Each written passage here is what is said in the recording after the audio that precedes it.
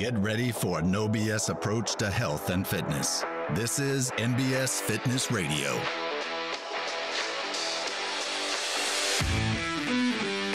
What's up? We are back with NBS Fitness Radio. I am here with Edna Tucker. Edna has been a client at NBS for how many years now? No, just since June. Since June? Yeah, 6 months. Okay, so for 6 months. And Edna has had some amazing results. Edna, tell us how much weight you have lost.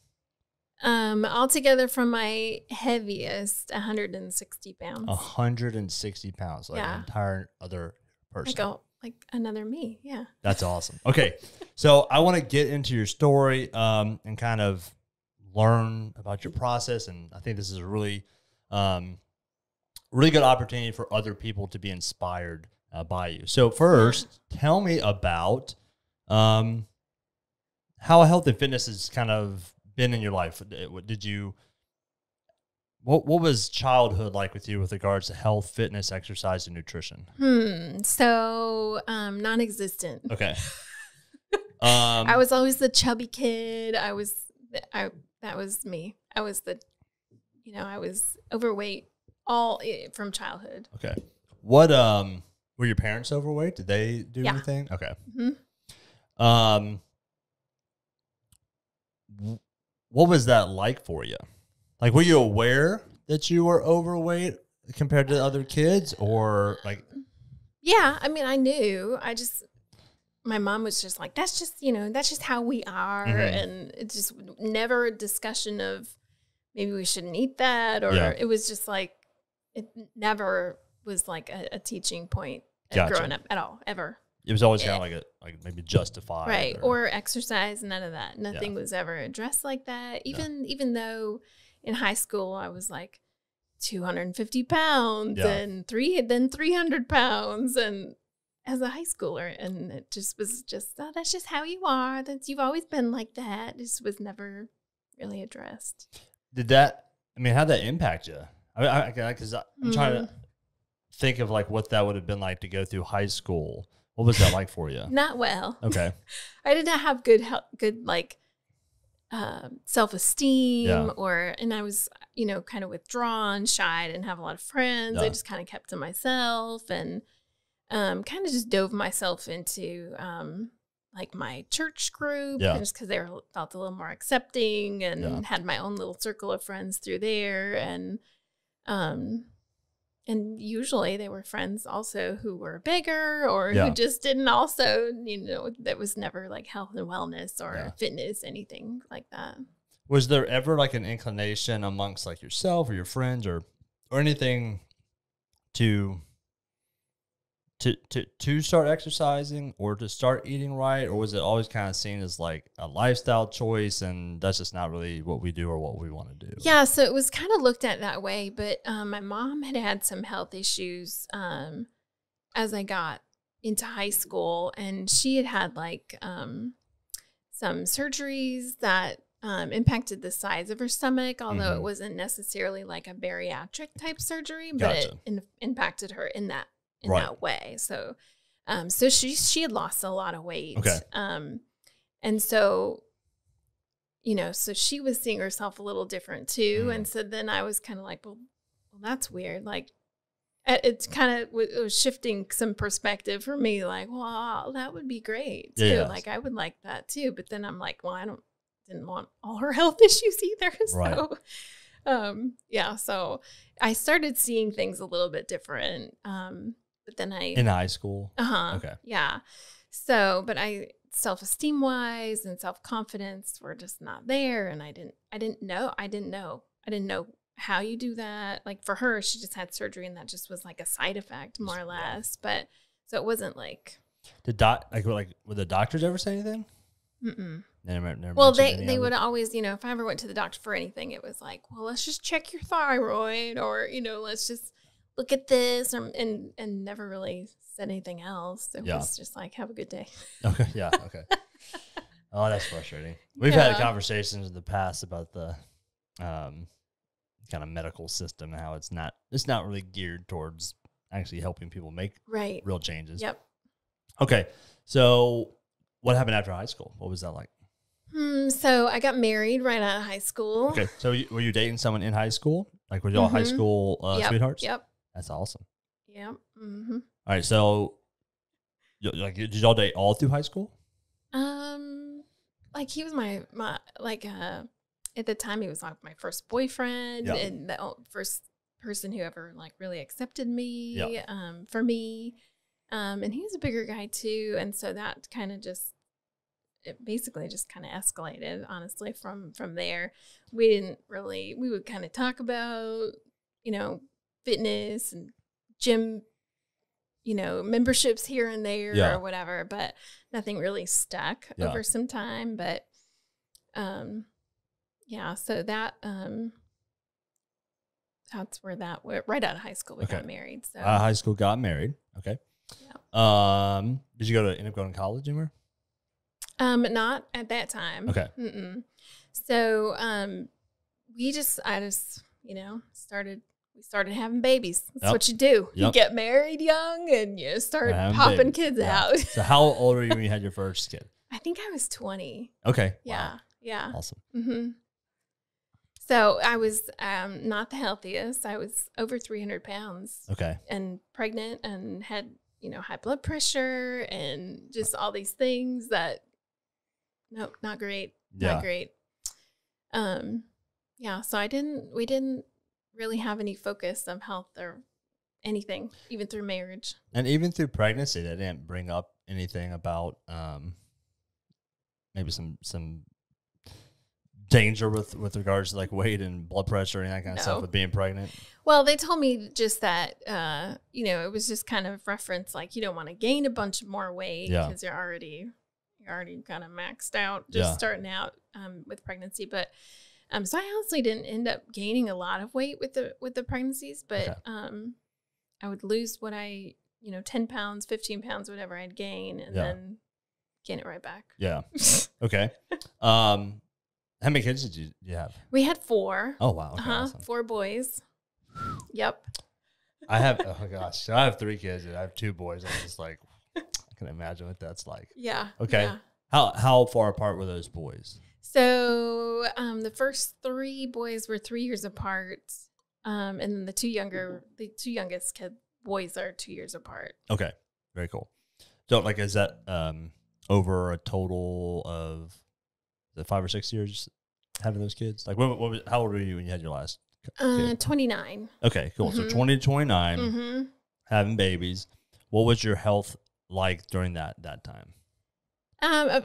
Consistent, about the same. Had some blood pressure issues. Anytime I go to the doctor, I was having like some heart stuff, heart issues, chest pains, and I had cardiac workups and all this stuff. But nobody really ever addressed like, maybe you should, really focus on, your health and work on losing some weight. It was never really addressed in that way. I mean, what was that like psychologically for yourself to be like, I'm in my 20s and I'm having heart issues? Right. Well, I don't know. I don't remember thinking like, there was never really a tipping point, honestly, until a certain point where when I had my second son, or right before I had him, my grandmother passed away, and she was in her 50s, which isn't that's young. Yeah, it's young now. When you're 20 something, you're like, wow, that seems old, but now I'm like, oh my goodness, that's scary. So that was a little bit eye opening, like. But she had other, health, you just kind of like justify, well, she had other health issues. She had those stuff going on. And so you just kind of dismiss it a little bit. But it was in the back of my head, like, that's weird. And then over some more time, my youngest was 5. And my mom, I got a phone call that my mom, my stepdad was, called me and said, she's not responding. And I said, what? So over a little bit of time, she ended up passing away in her 50s. Oh, man. And how old were you? I was, I think, 35, maybe. Okay. 34. Wow.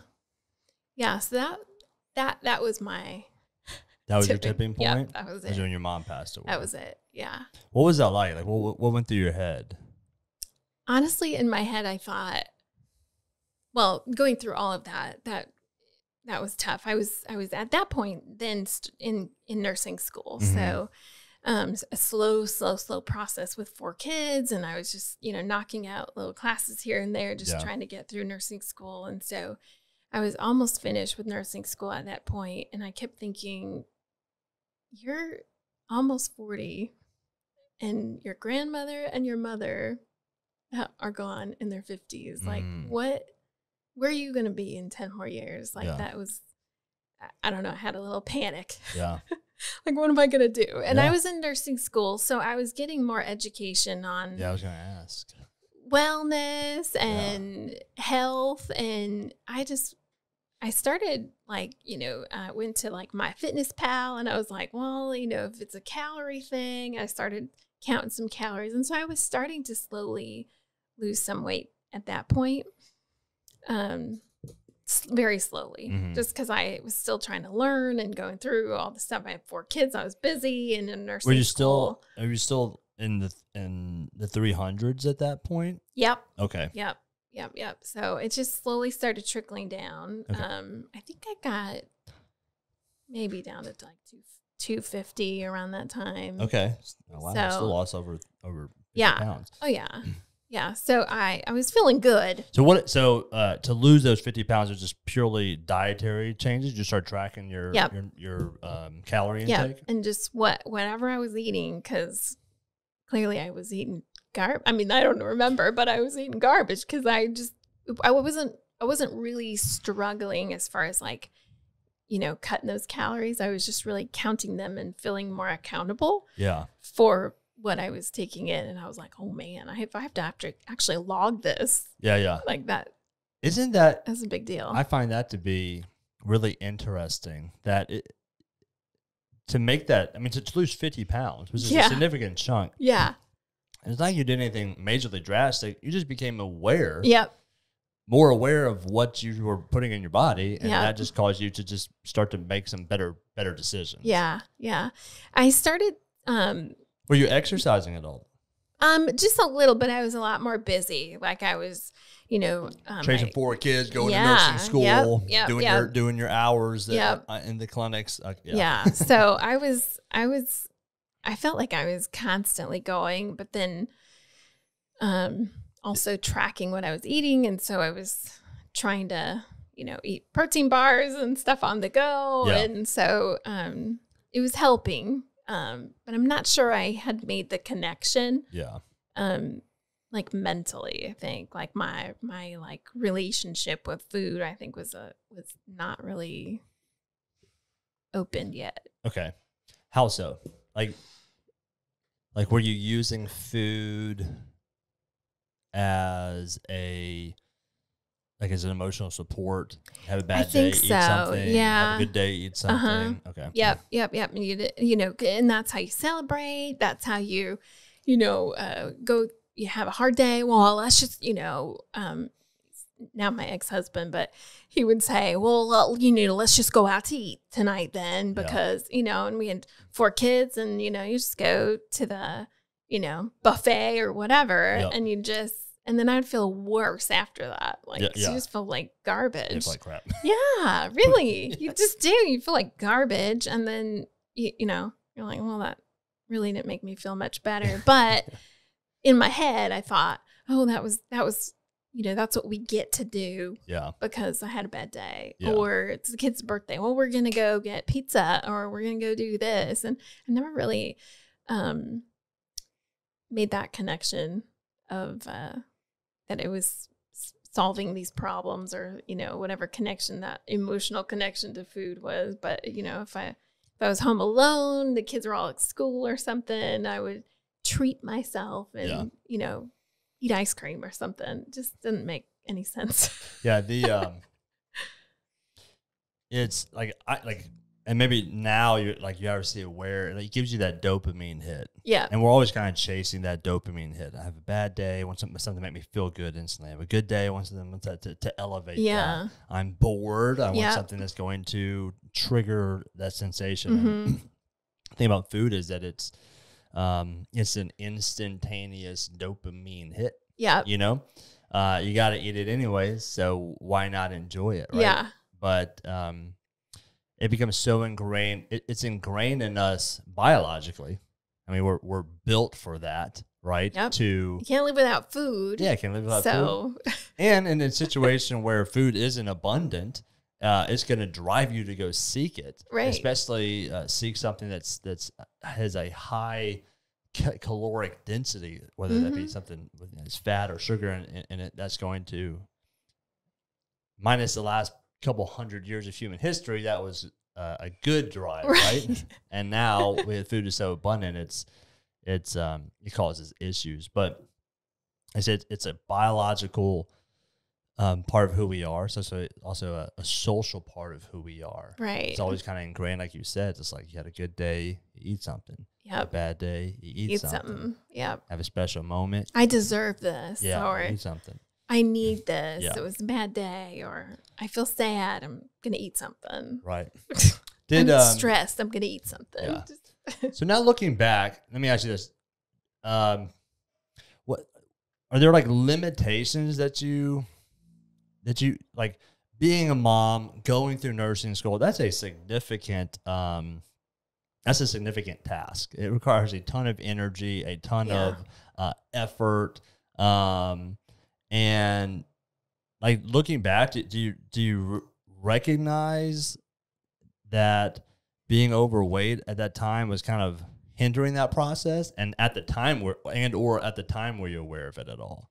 Yeah. So I in some of our clinicals, I kept thinking like, in the beginning, when I was bigger, like I just, I'm like rushing from one area to the next, and I would find myself like out of breath, and like my heart's beating real fast, and I just didn't feel good. I felt like sweaty, and I'm like, rushing to a patient to take their blood pressure, and I'm thinking, this patient's gonna think maybe somebody should take her blood pressure. What's my blood pressure? Like, is she okay? Yeah. Like, is she gonna hit the ground? Or like, I kept thinking like that can't look right. Like, yeah. So I kind of dove into my own research as far as nutrition and what you need, and started learning a little bit about your perspective of food as fuel. And there was a little light switch that kind of clicked in my head of, and this helps me even today, because there's that emotional connection sometimes. I went through a divorce and all this stuff, and I kept thinking, oh my gosh, in my head I'm still like 325 pounds some days. That's what I see in the mirror some days still, and obviously I'm not. I'm 163 was my last weight, but I just but I feel the same when I eat. As far as fullness, I feel the same when I eat a great salad with protein on it, or pizza, or I mean, full is full, right? So that fuel should be fueling me. Like I don't need all that fat, and I don't need all of that garbage. Garbage in, garbage out. That's how you're gonna feel. You put that in your body. That's how you're gonna feel. It's what you're gonna result from. You're gonna get that. You're going to feel like garbage. 1,000%. Okay, so the initial trigger happened at 34 when your mom passed away. Okay. Like I triggered you to say, man, I got to do something. And the first steps were just to kind of become aware nutritionally of what you were eating. You started kind of trying that stuff. Yeah. Walk me through kind of the whole journey from that point to like where you are today. Like what things you did and so how you started changing. So I started logging a little bit and had lost that 50 pounds. And then that kind of stayed off for a short while. And then it started creeping back on. I finished nursing school, and then started working as a nurse, and then from there, that was my associates in nursing. And then I went straight into, to get my bachelor's at Arizona State. And so I was, working full time as a nurse, had 4 boys, and, going to school full time. You had a loaded plate. Still, yeah. So some days I would like not be logging, and that accountability wasn't there. And so, you're busy and you get home, and, my ex had just come home too. And we're just like, get all these hungry boys, and, we just get whatever's the quickest, or they had football practice or whatever. And so we were scrambling all the time. Yep. So we just get the fastest, quickest thing. And it usually was not good stuff. Yeah. So it slowly started coming back on. Straight from my bachelor's, I went almost directly into my master's degree. So nurse practitioner school. So I'm a certified nurse midwife now. So, or a women's health nurse practitioner. So went through all of that program as well. And so how many years of school is that, like total? Let me see, probably 6, 8, 10. Yeah, like 8, I think. It's while working full time. Working full time and taking care of 4 kids. Yeah. So the practice I was working with, we were working, 80 to 120 hours a week. And I was going full time, in schools. It just was. Are you sleeping? Maybe a little bit, snippets here and there. So, so it just, nutrition and my diet and that stuff just kind of fell to the back burner. So I started looking into gastric sleeve surgery. Okay. And so I feel like it was a rash decision, but I felt like it was like a work in progress in my head. Like I just felt like it was a tool that I needed. Did I need it? Probably not. But it just, for me, and for anybody who gets it, some people look at it like, oh, that's what you did. Okay, well, no, that really was just my jumping point. Yeah. It was a tool. Yeah. A lot of people I know who had the surgery the exact same month that I had it, which was December 2016. Have either regained all of it back or almost all of it back. A lot of them. So it's a tool. You have to use it. And you can only use it for a short amount of time before you figure it out. I thought a lot of things like that, like I try to tell people, it can be used as a good starting point, but it can't be your end point. Nope. It's not going to be. Yeah. You have to, you can't think it from the standpoint of like, if I just do this, then my problems will be solved. Yeah. No, but it can be a good jump start. Right. So, how old were you when you had that happen? I think I was 40. Okay. So I had hit 40 and I was like, I'm doing it. About 4 years later, so you had started doing kind of the tracking, had dropped some of the weight, started kind of creeping back up, and ended up getting the gastric surgery around 40. Yep. What was your weight at that time? Surgery time, I think I was like 280. Okay. When I got the surgery. So your heaviest was 325. 325. You dropped it down to about 250 and had come back up to around 285. Yep. And okay, I got it. Well, when I first saw the surgeon, I think I was over 300. Okay. And he put me on 2 protein shakes for one for breakfast, one for lunch, and then, like a light dinner, he said. Oh, I don't know what that means, but I have a client who also has had the gastric surgery, and I've seen like the gastric surgery diet, and it is just protein shakes and spinach. Yep. It's basically what it is. Yep. Yeah. So I had lost maybe 30 pounds or so before the surgery. Okay. Cool. Is that kind of his show me you can do this? Yeah. Show me you're willing to actually commit to the diet portion, and then I'll also do the surgery. Yeah. Okay. And so part of the process is you go, you have to go do your an X-ray, and you have to get a endoscopy. Like they just check and make sure your stomach is normal, and so that when they go do the surgery, they're not finding any surprises. Right. And then part of it is you have to go see a psychologist. Okay. And so, and that's a strong recommendation. Some surgeons require it. Yeah. He didn't require it, but I thought I should do that Yeah, because I knew that there was more to it than just, this is not an easy button. It's not going to fix everything. It's just going to help me get started, really started. Yeah. So. Okay. So. And how does that go with the psychologist? Did that reveal anything to you? Really just, she just pointed out, you've got an emotional connection. Like, this is just, and I was like, well, no, that's crazy. Like, I just, I ate because I'm hungry. And, I thought it was so simple. It's really not. So she kind of just, pointed things out in the open that I was like, oh, you're so right. This isn't. Did she give you guidance from there, or was it just more kind of like you became aware of it? Like, was there an opportunity to like, now let's work on it, or?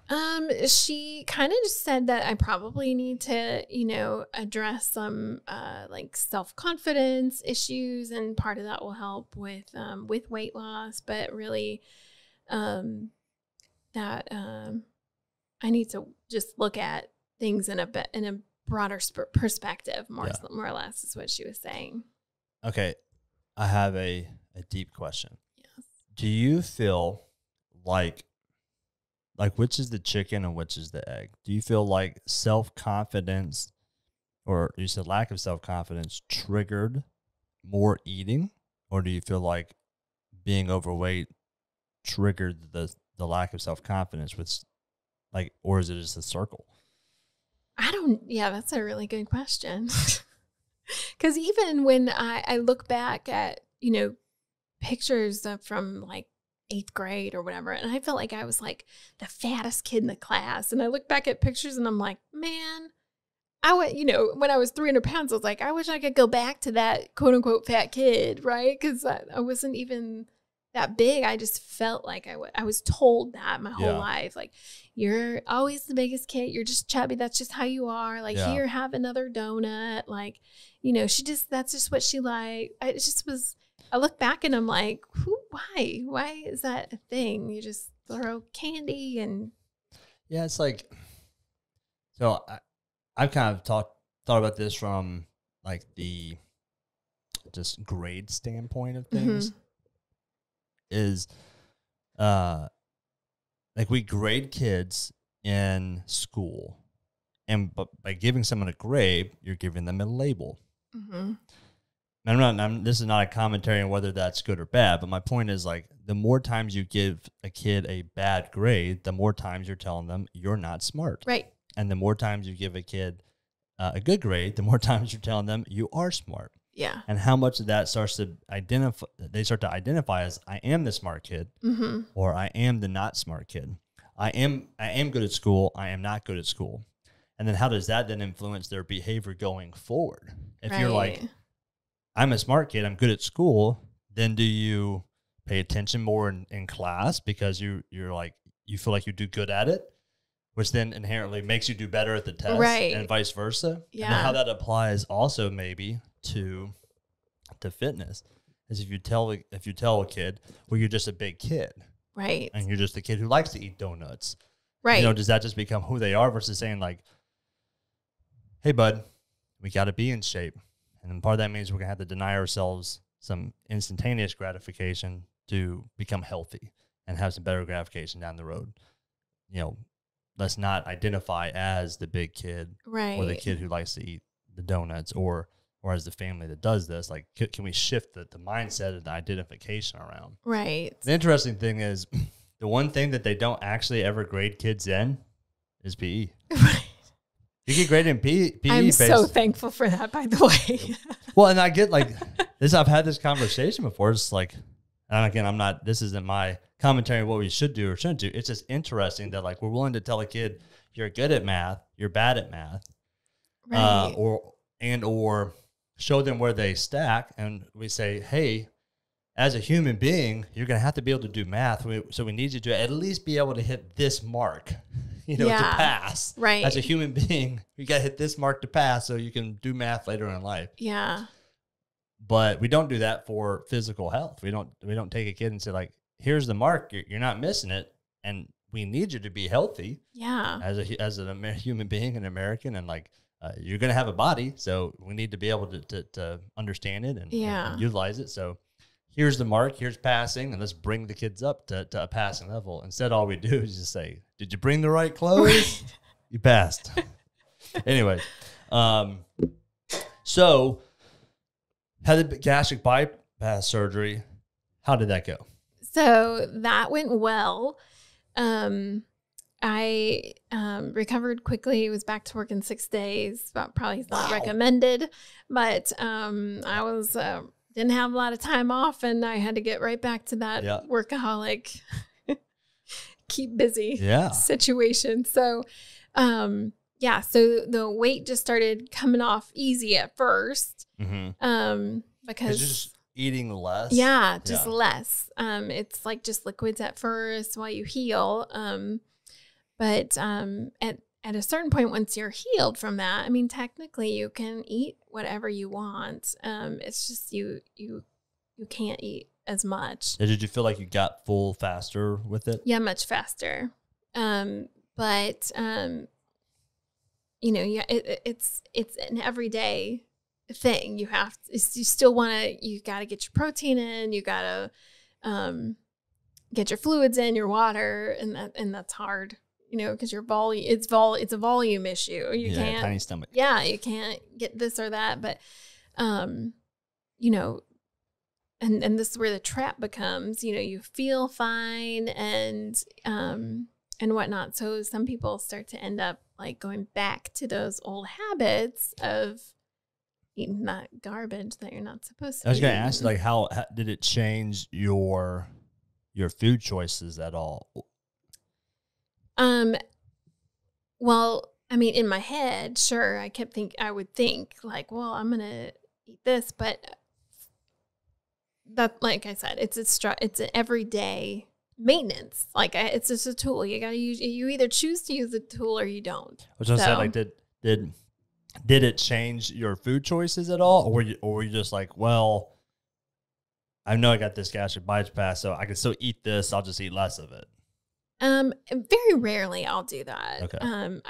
I don't. I mean, I just see it as for me, what works for me is I have rules that I follow. Do I have birthday cake for my kids for their birthdays? Sure. Yeah. So I'm not like that strict. I'm not like an animal.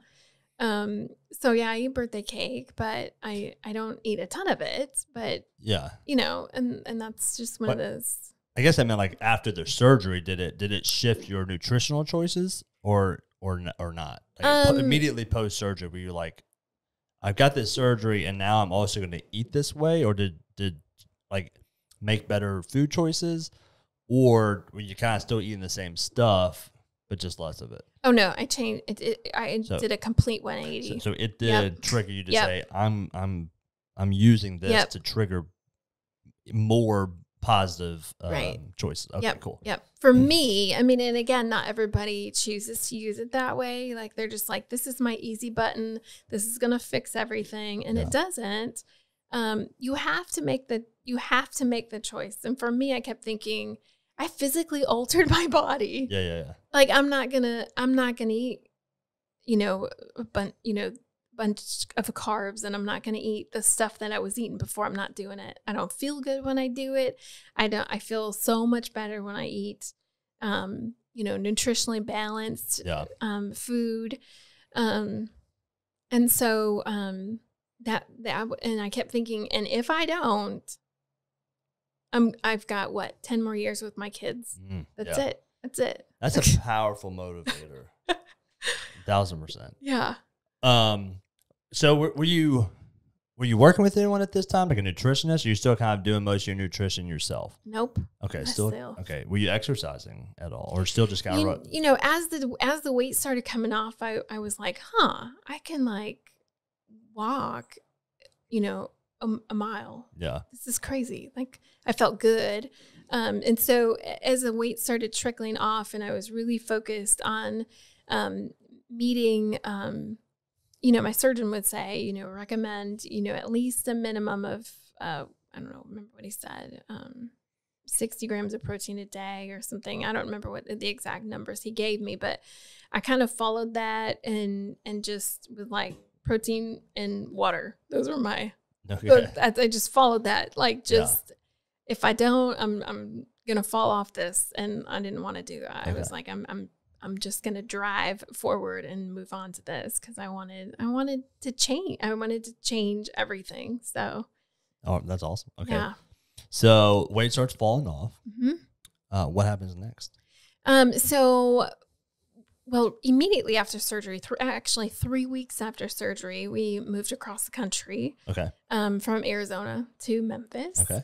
And so, lots of change all at one time. I was 3 weeks post-op. Yep. My diet was completely different. We got 4 kids. We're moved across the country. I have a brand new job. Did y'all move for work? For my work. For your work? Okay. Yep. Because I just was working so much. Yep. Things were crazy. And so I got a great job here downtown at the Med. And so lots of change all at one time. So the weight was coming off. I got a gym membership. I started going several days a week, and I felt great. Yeah. I felt really, really good. More change adding to that. The following year, separated, working through a divorce process, all that stuff. And I kept waiting for this whole, like, where's the self-confidence when does this happen? Yeah. And it just didn't happen. No change at all. Yeah. Just I just kept thinking like it's supposed to be coming any time now. Mm-hmm. But that is part of the, change inside yourself, right? Yeah. Like that's work. It has to be work. You have to put work into that. And I thought that was going to happen when I lost weight. And I thought because I was big, that's why I didn't have self-confidence. So maybe that's going to answer your question. Yeah. We'll circle back. Circle back. So I kept waiting for that, but I was going to the gym and strangely, I was getting attention from people. We're like, oh, you look so good. Yeah. And I'm just like, I was not used to that at all, ever. Never. I never would get like physical compliments. Yeah. You have a pretty face. That was pretty much it. Yeah. And so that was very, very different to me. What did that do to you? Were you like, wait, what? I was very uncomfortable. Okay. Yeah. Never in my life had I didn't know how to do that. Yeah. I didn't know how to respond to that. Yeah. Even with Chris the other day, somebody in the gym had said something. I just noticed that you've lost some weight since you've been here, and they walked away. And he's like, "How come you'll take her compliment and not mine?" I'm like, "Well, cause I pay you." And he goes, "Not to tell you that." I was like, "True." Well, it's just, I understand psychologically, like you've had negative self-talk for so many years. Yeah. It's hard to flip that around. Yeah. I totally understand. Yeah. I went through a big, emotional, transformation, and not even so much. Physically, obviously as well, but, and that took work, right? It takes work for that. So I was like, okay, there's a lot going on, and so I started going to counseling. Mm-hmm. Because I kept thinking, am I losing my mind? Like, am I going crazy? Like, what's going on? So I started seeing a counselor. And around that time is, when I kept thinking I need to look for like a trainer, like just because I knew the one thing I was lacking was the accountability. Yeah. Yep. Nobody was checking on me to make sure I went to the gym. Right. Nobody. Yeah. Not one person. So So you're telling me at the commercial gym they didn't call you and check in on you if you didn't show up? Well, no, it just was drafted out of my bank. If I paid for it, nobody cares if you go. Nobody. That's why most commercial gyms have a 30% usage rate. 70% of members don't even go. One time I went with my kids. They wanted to get their membership as well, which, that goes into the spinoff of when I'm modeling that. I wasn't pushing them to go to the gym, but they were then active in football and then weight training in school and they're little fitness nuts themselves and, want to help everybody else. I'm going to help dad. When they go to their dad's for a weekend, I'm going to help him. I'm like, stop it. Just. I definitely want to talk about the family dynamics, but we'll come back to that. Okay. So what were you doing at the commercial gym? Like, how did you decide what workouts to do? I don't know nothing. You just showed up and said, I'm going to walk over that machine and see how it works? All I thought was I need to do cardio. Okay. I got to get on the treadmill. Yeah. And if I'm not running on the treadmill, I'm probably nothing's going to happen.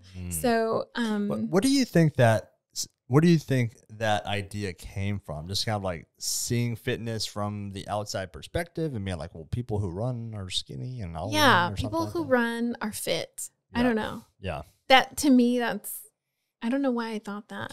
And the reason I asked that is because like personally, I want to know what message I need to put out to people to pull them away from like those false ideas. Right. It's like, okay, well, how are you seeing this and how are you deciding this? Okay, not like, do I need to put out this message? It's like, hey, running is a function of life. It's good for you, but it's not how you become fit or healthy. Well, when I would go to that gym, it was like there's 20 treadmills in a row. Yeah.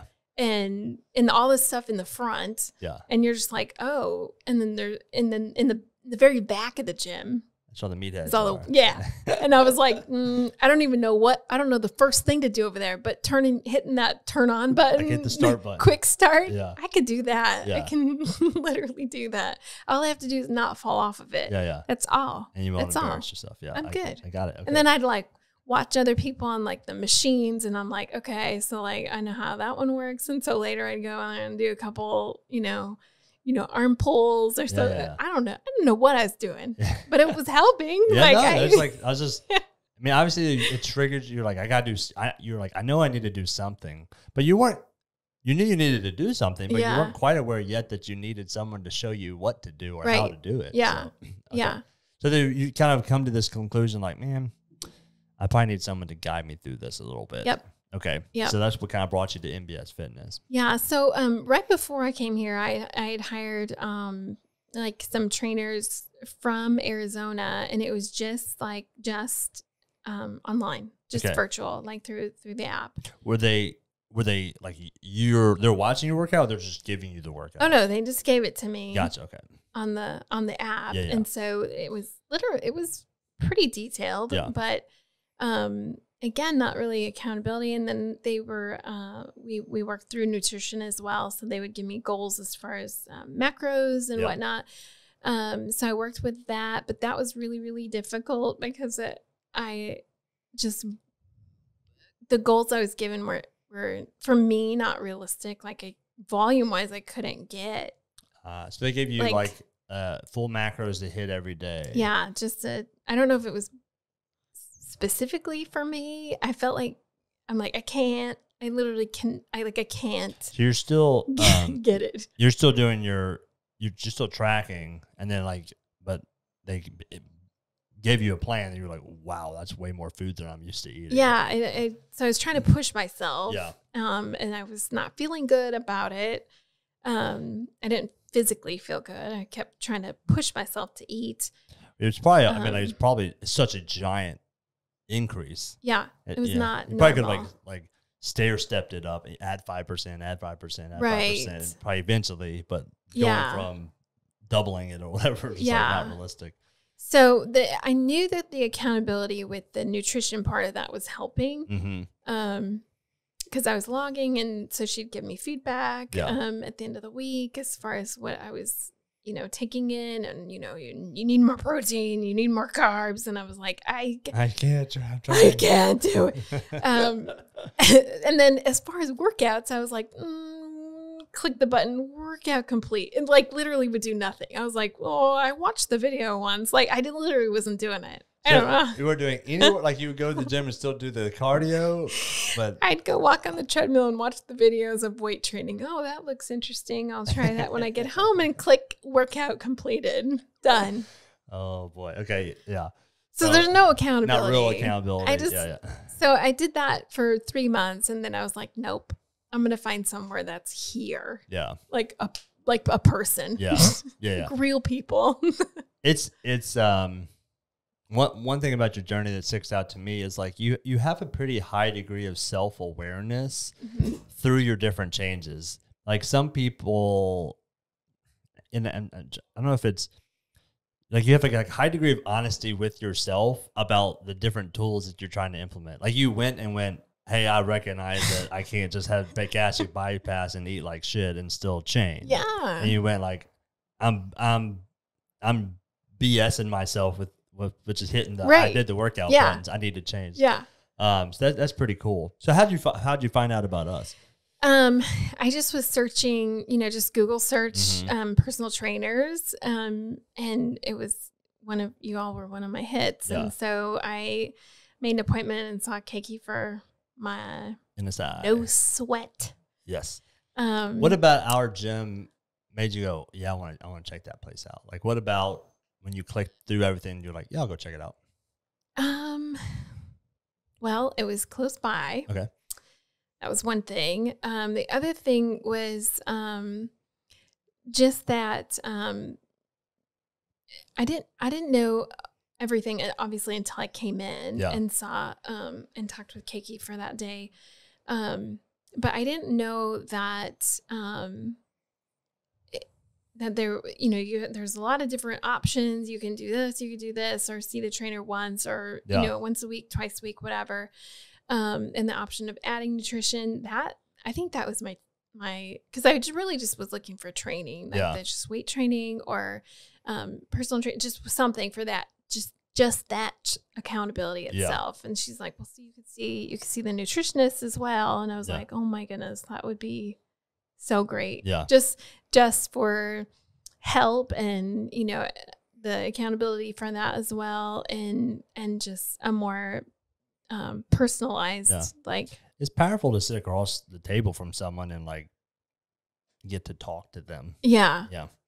Okay. What was your weight at this point when you first came here in June? In June of this year? Yeah. You came here June of this year? Yeah. Of 2021? Yes. Which you mean is you came here June of 2022? What? I don't know. I feel like you've been here for far longer than 6 months. I'm an old soul. I was like, when you said that, I'm like, what? I thought you were here for like, okay. So what was your weight when you first came? Oh, I'm trying to remember. I don't know. I can probably find it, but I'm gonna see if you remember. I don't remember. Okay. Honestly. That's fine. What's the kind of that process been like from going from like trying to kind of navigate, you're right, June 8th?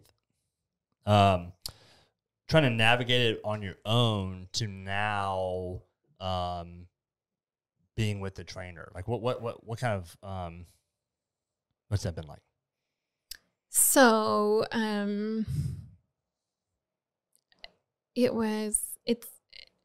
it's been great, honestly. I mean, I started out just like full bore, like training 3 days a week and then doing nutrition with Allison. And I mean, I work 2 full-time jobs now.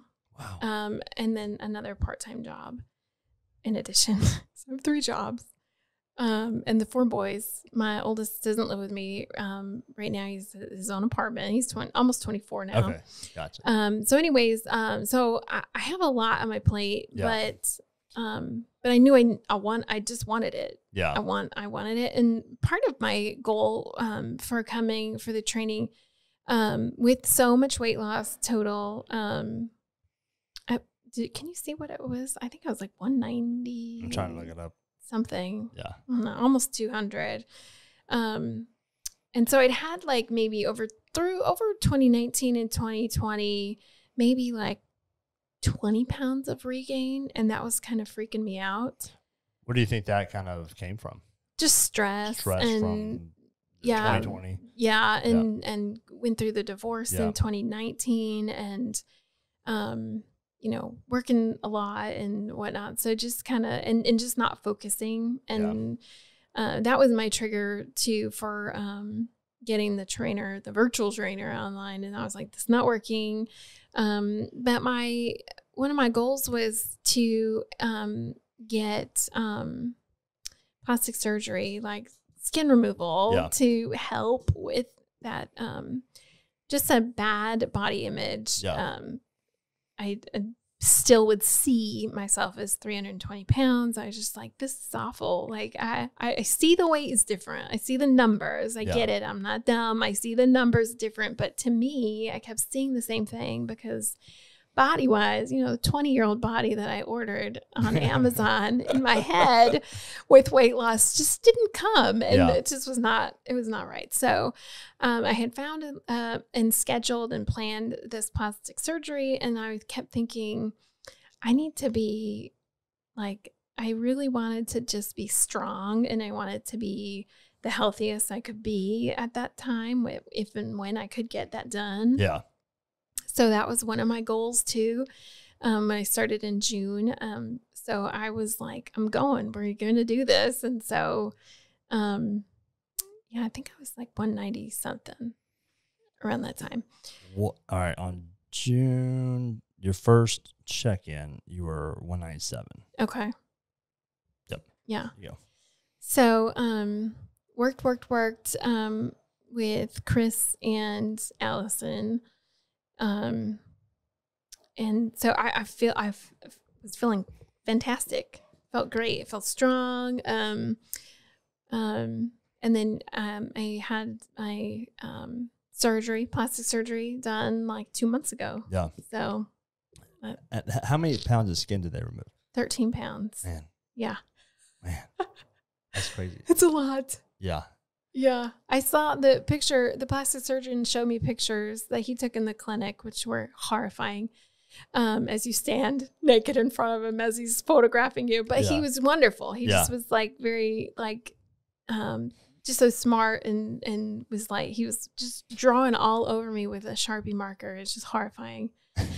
I think about the difference between like the bariatric surgeon and like the skin removal surgeon. Right. It's like one guy is going, I'm trying to save your life. Let's get this weight down. And the other guy's got like, you did it. Yeah. You did it. Yeah. You lost the weight. Yeah. You just have excess skin. Yeah.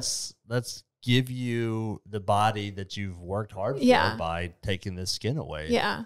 That's like psychologically, let's take away this person. It's like a weird shell that you physiologically have. You've lost an entire person, and then it's like, let's take away the skin of that Yeah. person as well and make you the new person that you are. That's kind of a cool way to think of it. And even working out with Chris, like, I mean, I would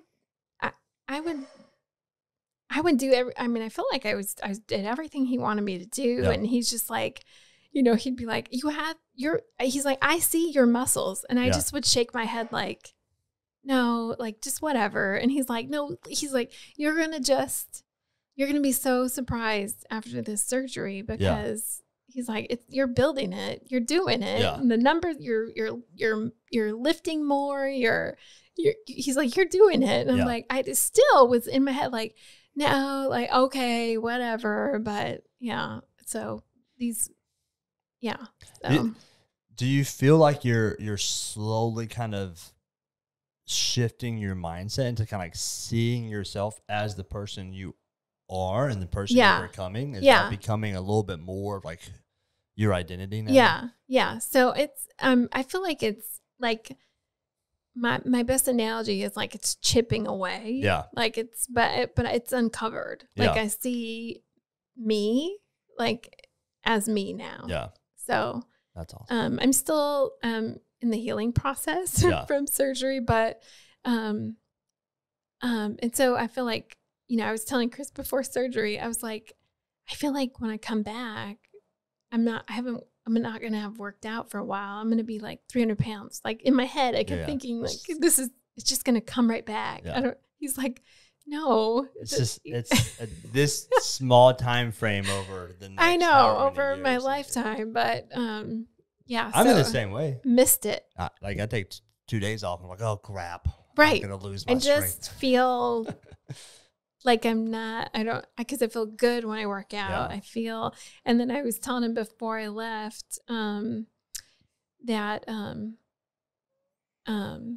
when I come back, can I do 5 days a week? Because I just miss like the off days. Like it's so crazy to me. Like how do I miss?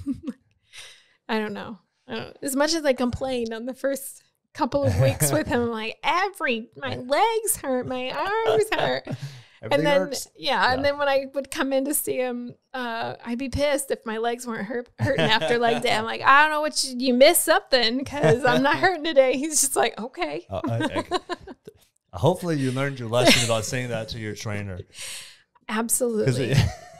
100%. I have a client who's like, I don't say anything to Dave because like if I make a comment, he just ratchets that thing from 5 to 10. Right. Teach me a lesson. Yeah. Okay. What are you most proud of accomplishing over this journey? What are some like big key moments where you're like, oh man, that was a moment. So,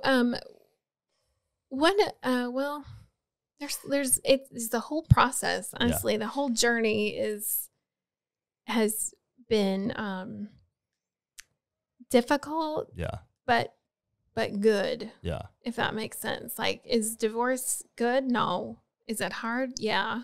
And it takes work. And there's mental, emotional, and physical struggles all through the entire process. Yeah. But I'm on this side of it, and I'm like, oh my God, I got through it. I did all that. That's crazy. Are there any moments like stick out in your head, like the first time you weighed under 200 pounds, like the first time you did this specific movement or something? You're like, I didn't know I could do that.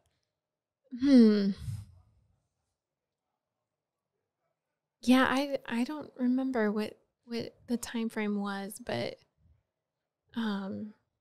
there's been several eye-opening things, like just doing like a squat with the barbell, or I'm just like, I'm one of those people.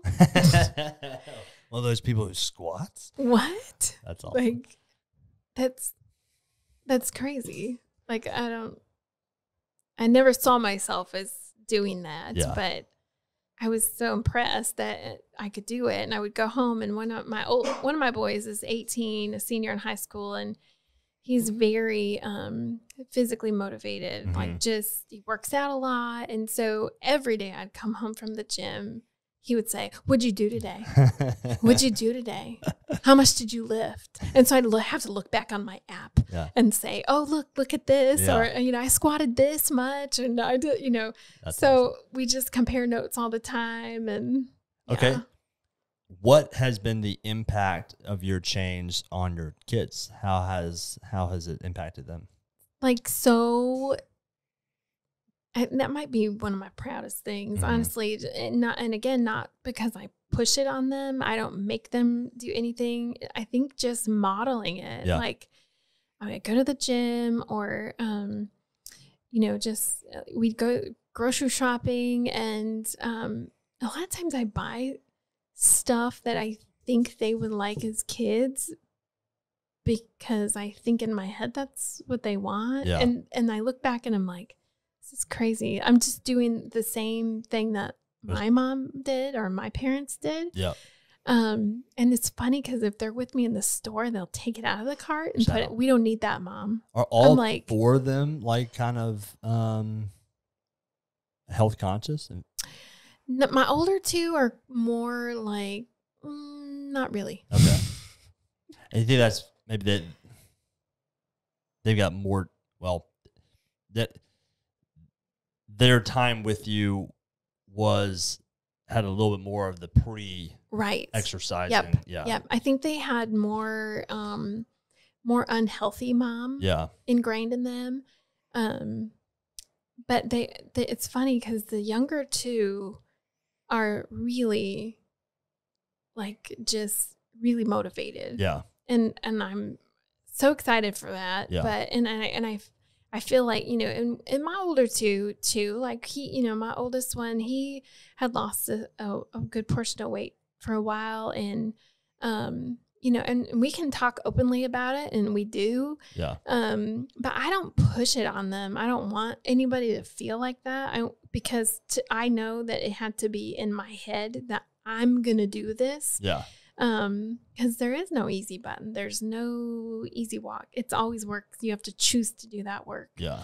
But so we talk about it openly, and I talk about nutrition. We talk about, you know, what we should eat, what we shouldn't eat, and he was, you know, so we do talk about it as far as like physical activity and going on hikes and stuff like that. You know, we don't always have to, you know, go celebrate by doing this or that. We can, you know, go on a hike, or, you know, go do something physical, and go to Shelby Farms or something that's so much better. Yeah, 1,000%. And, you know, and you're right. The statement is that your kids care more about what you do than what you say. Right. It's super powerful when what you say matches up with what you do. Yeah. But if what you say doesn't match up with what you do, your kids, they may listen to you when they're young, but eventually they could go, "You're a hypocrite." Yeah, and it goes with a lot of things. You know, like I work a lot. I work really hard, and I feel like all my kids have a really good work ethic. Mm-hmm. That's just modeling. Yeah. I don't take them to work with me, like you know, but. So in the same thing with health and wellness, like if you model that, they're gonna pick up pieces of it. They're going to see that. And if they're not exactly doing it at that moment, they know. Yeah. They're seeing it. Yeah, they're aware. They're aware. There's that awareness. How'd your ex-husband handle, you know, your transformation and your weight change and all that kind of stuff? Not well. Yeah. Yeah. That was, I had read something before surgery, that the gastric surgery, about how there's actually a high rate of divorce if one partner has weight loss surgery and the other one doesn't. And I kept thinking, oh, that's crazy. I never even thought twice about it. But then I wasn't really aware of the real me either. So I felt like I lived under literally a blanket of weight. Yeah. The me under there. I did what everybody told me. I didn't have any self-confidence. I didn't speak up for myself. Just a lot of like emotional suppression underneath literally that weight. Yeah. And again, I don't know what comes first, right? Like, was I just like that? Was I just, I don't know. But somehow with this chipping away, like there's an awareness on multi levels. So that changed a lot of things. I noticed that I was like, I don't have the relationship with him that I thought I did. Mm-hmm. And so there was lots of things that were no longer going to be okay with me. And so I was not confident enough to make that decision until a certain point. Yeah. And when I did, I was like, I guess I'm doing it. Yeah. I'm just going to do it. And so that was kind of a proud moment for myself. Yeah. Am I proud that I was married 23 years and got divorced? No, not necessarily. But am I proud that I'm myself and I made that decision for myself? Yeah. Mm-hmm. Yeah. 100%. Yeah. I've been doing this a little over a decade, and I've seen on many occasions the one spouse making improvements in their lives can cause a lot of stress to the relationship because it can expose a lot in the other person. So weird. And in the the ideal situation is that exposure makes you aware of improvements you need to make in yourself, and you know what, I need to improve too. Yeah. And then you both go on this journey together. Yeah. Where you're that both, is ideal. That's the ideal. Yeah. Like I said, that's the ideal. Where Sure. you both go through this journey together and you start becoming better versions of yourself. Yeah. But that doesn't always happen. Right. A lot of times one person says, I don't want to be this person I was anymore, and I want to be a better version of myself. Yeah. I want to take care of myself. Right. I want to have the confidence and capability, and I want to be healthy, and I want to start and we see in a lot of ways when you improve your physical health, it improves other areas. It improves your mental health, your emotional health, your social health. Yep. And like I said, it can build a higher level of confidence. Yeah. Unfortunately, that can sometimes create an extreme exposure where the other person's like, yeah, I don't like this, because now it's exposing things within my own life. It was not supported. Yeah. And there was just a weird shift that happened. Like many times out of nowhere, I would hear, I'm not getting the surgery. Yeah. I never said anything. Like, but I'm going to go to the gym. I'm going to work on myself. And so the more that I took those steps to build the self-confidence, because I had none. And so then that's when I kept building it. And I feel like it's so much better now. It's still not 100%. One day I think I'll get there, but like you said, coming to the gym, I felt so much better. When I, right after this plastic surgery, I was home, could not work out, couldn't do anything. My mental health was just like, I need to go to the gym. Yeah. Like I didn't know what to do with myself. Yeah. I was going crazy. Yeah. What's interesting is to, like, now you've seen both sides. Yeah. Like you were on this side for a while, and then you are now exposed to this side, and you're like, oh my gosh, like I have more energy. Yeah. I feel so much better. Yeah. And the idea of, like, going back to that other thing, like I don't want that at all. But so many people never get to experience this side. They're stuck on this side and so scared to jump over that fence and feel a little bit of that other side. Yeah. And it is always interesting, like when you get someone who's kind of like planted themselves in this change. You're like, you went through the full transformation. Yeah. Not like you lost weight for 3 months and then put it back on, but like went through the full transformation, lost 160 pounds, been exercising regularly, build all this confidence, like you're fully planted, like this is now who I am. Yeah. The idea of going back, you're like, no way. Right. No way. Yeah. So even like a day, like a week off of exercise, like I'm not going crazy. Yeah. Your body's made to move. That's the thing. Is like, you're made for this. I need it. Yeah. I need it to feel good. I need it for many reasons other than just building muscle. And that's not me. I don't want to be a muscle builder. I don't want to be a bodybuilder. I don't want to do that. I want to feel strong. I want to feel good. I want to feel confident. Yeah. And it clears my head. I like it. I just feel good about it. One thing I think, I'm curious to kind of hear your perspective on this. But like one thing I see in the church when it comes to health and fitness, because like one thing the church is never going to do is tell their patrons, hey, look, you're all overweight and that's unacceptable. You know, it's so crazy. We'll talk about it at the potluck. Yeah. It's like, I mean, my joke is like, you know what,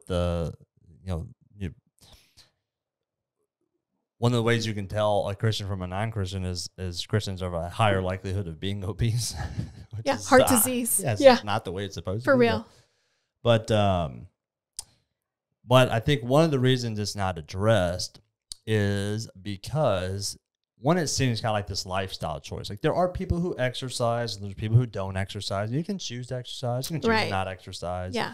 And two, there's like this viewpoint that those who exercise, I'm not going to say exercise because I think a lot of people do exercise and it's completely pointless. Like I mean, not to be a jerk, but like there are a lot of people who go like, I exercise, I walk every day. I'm like, the act of exercising, it does nothing for you.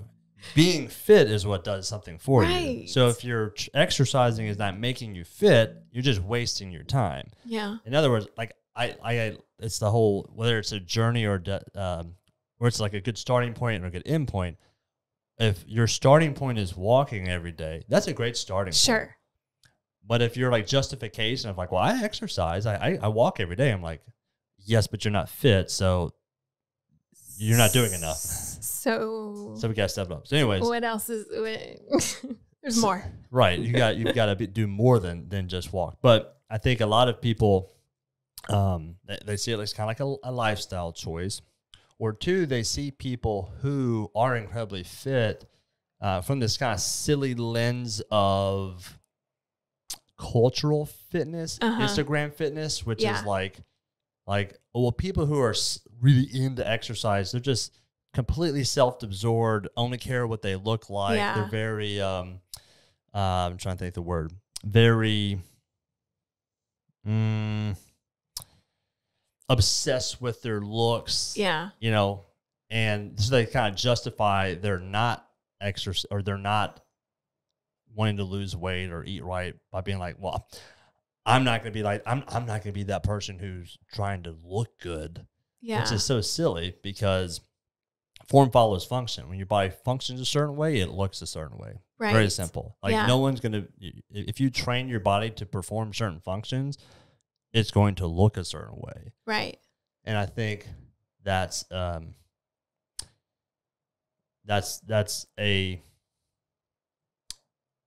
should be kind of the message that's going to people. It's not that, like, yes, looking good naked is a great byproduct of exercise, but it's not like the main goal. Right. The main goal is it's the way your body was designed to function. It makes you feel better. It makes you perform better. It makes you happier. Yeah. It makes you a better mom. It makes you a better dad, a better brother, sister, coworker, human being. It makes you better at all these things, and that's what you're called to do, is be the best version of yourself as possible. And the best version of yourself is a healthy and fit one. As we would not look at someone and say, like, hey, you've been given all this you've been given this money, go spend it carelessly and go into significant debt. Likewise, and we'd be like, that's not what you're supposed to do. There would be there's a bit of we would look down at that person and say, hey, like, that's not good. We got to turn that around. Likewise, we shouldn't be given this amazing body. Right. Treat it poorly. Let us go into significant physical debt. It's the same thing. We should call people to reverse that and to steward their resources well. So that's like, right. And it's tough in the church to look at someone and be like, hey, you're way overweight. That's not good. Unacceptable. Change it. Right. I might look at someone who's like drinking too much alcohol and go, hey, bud, like, you can't be an alcoholic. Or, hey, bud, like, you're in crazy debt. Why are you spending all this credit card money? Like, we'll like have that conversation, but we won't look at the guy who's 350 pounds in church and be like, dude, unacceptable. Turn it around, man. Steward your body well. Yeah. What happened to the body's a temple? Yeah. What sort of temple? Exactly. An old broken down one. Yeah. That's like, even when I go to church, it's like, I'll look out and like we're the only fit people here. Yeah. You know, and I have real conversations with some people, but it never comes from the pulpit, which is kind of frustrating. Yeah. It never comes from the pulpit about like stewarding your body well.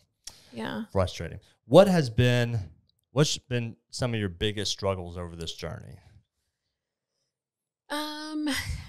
I think really just pulling the motivation probably, and like just putting in the work. I mean, because you get tired and, you know, things happen and life happens, and there's excuses for everything. You know, some of my coworkers, you know, I would be leaving the clinic and, you know, seeing 50 patients that day and hustling around, and, you know, I'm ready to clock out, and I brought my gym stuff and I'm changing real quick while I go out because I'm coming straight here. Yeah. You know, and they're just like, how can you do that? Like, you know, they kind of like tease me. Yeah. And I'm just like, no, because I have to do it. Yeah. That's what I have to do it. Yeah. I can make an excuse for sure. I worked all day. Yeah. I'm going to go home and do nothing but my feet up. I could. Yeah. I don't want to. Yeah. Because I have that accountability. You know, Chris is waiting for me. Yeah. I'm, you know, I need that. And there's been, I think maybe only one time where I messaged him and was like, I don't think I'm gonna come today. And he said, nope. He said, too bad. He literally was like, nope. Yeah. And I was like, but I have a really bad headache. And then I was like, okay, I was here. Yeah. I've not missed one session. Never. At all. And did you ever regret showing up? No, Exactly. never, Yeah. never. That's the powerful aspect about accountability, because a lot of people talk about motivation. I said, hey, look, if motivation is your catalyst for action, Yeah. well, guess what? Your action is gonna go up and down because your motivation goes up and down. Yeah. There are days you're motivated and days you're not motivated. Mm-hmm. We put things in place to keep us accountable so that the days we're not motivated, we still do the things we're supposed to do. Could I have kept the cheaper trainer where I click workout completed? For sure. Yeah. Would that get me where I'm at today? No. Yeah. And it didn't. Yeah. And that's like, yeah, right. And that's like from your coworkers, or with regards to your coworkers, like they see it as like, how could you go to the gym right now? Like, I'm so exhausted. Yeah. But the reality is, you're like, I can go to the gym because I take care of myself. Right. So that I can go through a hard day, a long day, and still go to the gym. Right. So it's like, it's that perpetuating cycle. Yeah. Like, I go to the gym, which allows me the energy to keep going to the gym. Right. They're stuck in the cycle of, I don't go to the gym, so I'm wiped out at the end of the day, so I don't go to the gym. Right. And then I come here to the gym, I work out for an hour, I go home. My kids are getting home from their football practice. You know, they're tired. There's excuses you could pull from it for everything, you know, to just let's get fast food. No, we're not. Yeah. So now I'm standing there cooking for 30, 45 minutes because we're having a healthy meal. Yeah. And so I put the kids in order too. You know, you help me make this and you help me make that. And because we're all making these healthy decisions together. Yeah. We're doing this together. We have to. And so and so, you know, they'll start giving me, because they're 16 and 18, excuses. Yeah. And I don't fall for it. Yeah. I'm like, absolutely not. You make the choice. Like what? Like, give me an example. Like, can't we just order pizza? Or can't we just do this? Or can I just have, you know, I'll just make a sandwich, or I'll just make a frozen burrito or something, you know, that something that no, because I'm going to stand here and cook this for all of us, right? Not just me. It's not just for me. It's for all of us. And so, or they want to just pull excuses. And so it's just unacceptable. We don't do that. That's awesome. Yeah, I think, and maybe you can probably speak to this. And one thing, like, I have experienced myself in being around other people who may not exercise as much, is like your ability to stay strong and continue forward, even in the face of adversity or the face of criticism or excuses, gets greater. Yeah. Meaning, like, your coworkers could be like, oh, don't go to the gym. Let's go grab some margaritas. Right. And you're going to be like, nope, I'm going to the gym. Yeah. And likewise, your kid could be like, let's just order pizza. And you're like, nope, I'm going to do this. But so many people, because they haven't sharpened their sword long enough, they'll give into that. You're like, yeah, all right, fine, let's just do it. Okay, that's fine, let's just do it. Their strength to resist is low because they don't have that strength. Yeah. And you've built up that strength over the years. Every time you have a successful battle. Right. That's why I kind of like, it's like every time you have a successful battle, you become a more confident warrior. Right? Yeah. And so, like, as you become a more confident warrior, your confidence to take on that next challenge increases. Even so much to the point where, like, you kind of get a little, it's like becomes a game. Right. Where like someone says, like, let's do this, and you're like, no. And you're showing them like, no, I can say no. Yeah. I don't have that.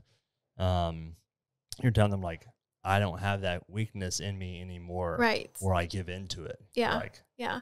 And it's not just like, you're not just physically strong. These are all things that you're all going over. You're not just physically strong. No. I'm not just building muscle, right? I'm building, like, there's so much building going on. Yeah. Like, I feel like, and all of that is overflowing to my kids, right? They there's, again, the younger ones are 16 and 18. They're just like, Mom, you're a goat. Like, this is crazy. Like, how do you, I'm like, I don't really know what that means, but. Greatest of all time. Okay. Mom, you're a goat. You're like, thanks, I guess. I don't know what that means. You have 3 jobs. You go to the gym 3 days a week. And so I'm starting back to school to get my doctorate because I'm crazy. So boy, I start next week. And so I'm diving into that because I'm strong. I'm gonna do it, and there's no way. There's no looking back. I'm just gonna bulldoze through these levels of things. And yeah, I also think it shows us like people think that people think they don't have time to stuff. You have a ton of time. You just waste it on bullshit. It's wasted. You waste all your time. Like have, like, again, you got 3 kids, you're working out, 3 jobs, going to get your doctorate. It's like, and people are like, oh, how do you do that? It's like, well, I make good use of my time. Right. You're not wasting it watching 4 hours of TV every day like the average person.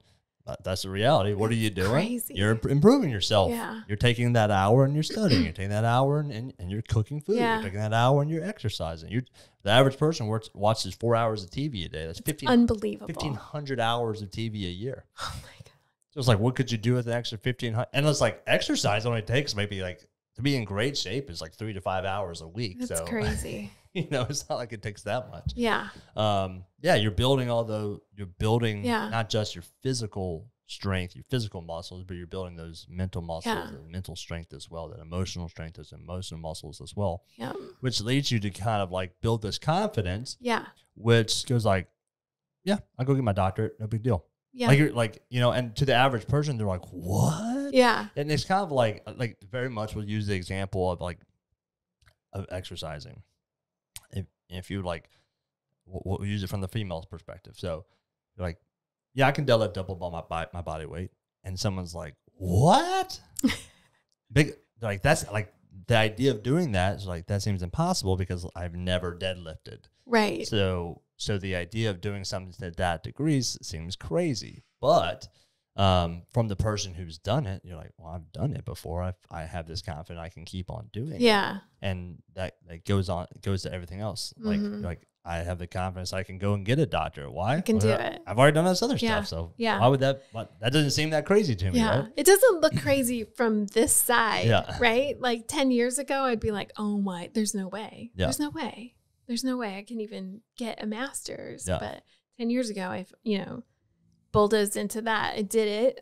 So from this side of the fence, I'm like, I can literally do anything I want to do, and I'm gonna. Yeah, because every little time you take on a challenge, it's a little bit scary. Yeah, always scary. And you succeed. Yeah. You're like, okay, I can do it. Yeah. What's the next thing? Then that thing's a little bit scary. Yeah. But then you take on that, and then more times you do that. Now, those things don't seem so scary to you. You still got your big scary ones, but you've built some confidence going through it, and they don't seem scary. But to the person who hasn't gone through that journey yet, that little tiny thing seems so scary. Yeah. So am I nervous? Sure, but when you're a little nervous, but you can do it, that's when you jump. Yeah. Yeah. Yeah. I love that. That's a good thing to end on. Yeah. That's when you jump. All right, and thanks for coming on the NBS Fitness Radio podcast. Thanks. All right, guys. Talk to y'all soon. Out. Thank you for listening to NBS Fitness Radio.